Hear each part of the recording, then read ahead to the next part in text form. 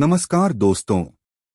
आज हम एक बेहद खास यात्रा पर निकले हैं, ऋषिकेश से देवप्रयाग तक।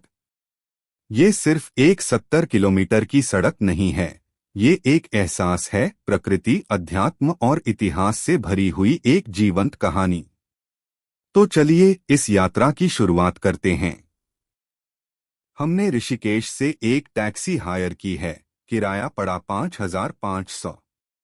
आप चाहें तो शेयर टैक्सी या लोकल बस से भी जा सकते हैं, लेकिन हमने तय किया कि इस यात्रा को आराम से और रुक-रुक कर अनुभव करेंगे। जैसे ही हम शहर से बाहर निकलते हैं, धीरे धीरे शहरी शोर पीछे छूटता जाता है और पहाड़ों की शांति हमारा स्वागत करती है। रास्ता बेहद खूबसूरत है। एक तरफ विशाल पहाड़ जिनकी चोटी पर बादल खेलते हैं और दूसरी तरफ नीचे बहती गंगा, कभी शांत कभी गरजती हुई। सड़कें मोड़दार हैं, लेकिन हर मोड़ पर नया नजारा है। कभी घना जंगल, कभी चट्टानों के बीच से बहती नदी, तो कभी छोटे छोटे गांव जिनमें जीवन एकदम धीमी रफ्तार से चलता दिखता है।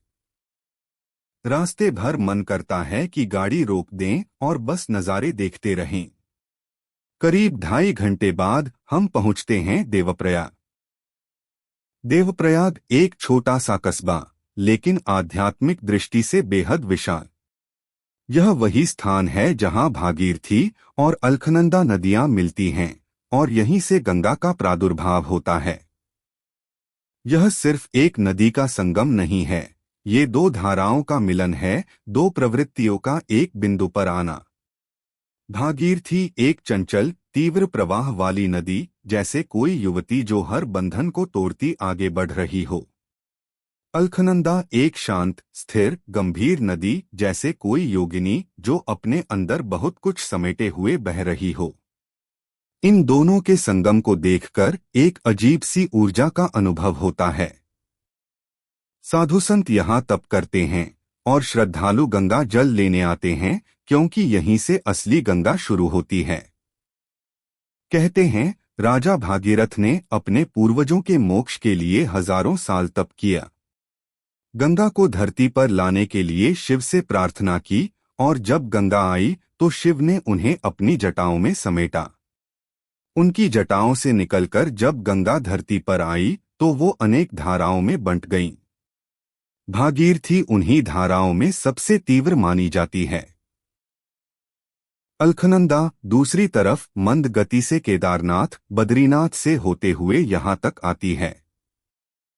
देवप्रयाग में जब ये दोनों मिलती हैं, तो ये सिर्फ जल का संगम नहीं, दो संस्कृतियों का, दो शक्तियों का मिलन है। यहाँ का प्रमुख मंदिर है ऋषिकेश नारायण मंदिर, जो पत्थरों से बना है और बहुत प्राचीन है। स्थानीय लोग बहुत ही सरल और धार्मिक प्रवृत्ति के हैं। गंगा के किनारे बैठकर ध्यान लगाना हो या बस बहती जलधारा को निहारना, देवप्रयाग मन को गहराई से छू लेता है। यहाँ हर पत्थर, हर गली, हर सीढ़ी आपको कुछ न कुछ कहती है। तो दोस्तों, ये थी हमारी आज की यात्रा। ऋषिकेश से देवप्रयाग, प्रकृति, इतिहास और अध्यात्म का संगम।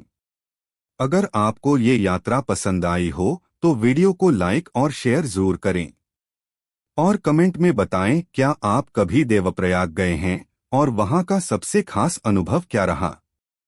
देवप्रयाग से जुड़ी कुछ कहानियां भी है। कथा, देवताओं की सभा और भागीरथ तप। बहुत समय पहले की बात है, जब पृथ्वी पर पाप और अधर्म बहुत बढ़ गया था, तब देवताओं ने ब्रह्मा जी के पास जाकर प्रार्थना की, हे प्रभु, इस धरती को पवित्रता की आवश्यकता है।